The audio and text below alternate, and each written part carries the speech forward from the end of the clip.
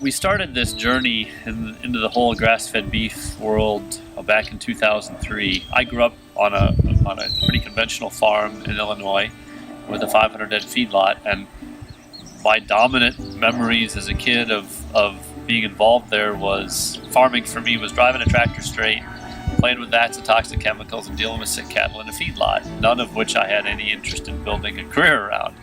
So I went to college here in Minnesota at St. Olaf, where Dee and I met, and went into public accounting. And I never really envisioned that I would be involved in animal agriculture. Now, I've dressed like this since I was a kid, and I always knew I'd have horses, but I never thought I'd be a part of the food and ag industry.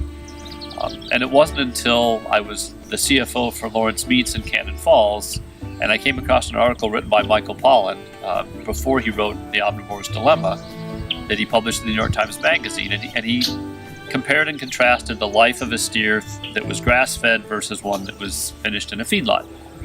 And I read that and I realized that I didn't really know as much as I thought I did about cattle.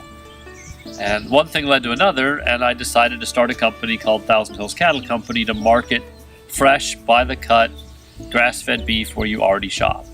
So I partnered with retail stores initially in the Twin Cities and restaurants, and grew that business to the point where we were distributing nationally in about 1,500 or 2,000 locations. I sold that company 2 years ago to my longtime business partner, who's doing an excellent job with it. Thousand Hills is still the preeminent brand of grass-fed beef in the upper Midwest, and we took a well-deserved break. But the passion didn't go away. Obviously, we still raise our own grass-fed beef for our own consumption for a handful of friends here on our farm. But I found that even though I'd sold the company, I hadn't sold the passion. And I'm still passionate about delivering to consumers the kind of beef that we get to eat every day. And this time, after a little bit of a break, I decided what I wanted to do was to not have anybody between me and the customer. The part of Thousand Hills I loved the most was interacting directly with customers and being able to provide them directly, have as direct a relationship as possible. And that's what we've created with Churchill Reserve. There's nobody between us and you. We want you to have access to the same exact grass-fed beef that we eat ourselves, and we want you to know as much as you want to know about what goes into all the little decisions every day that go into making it as good as we can possibly make.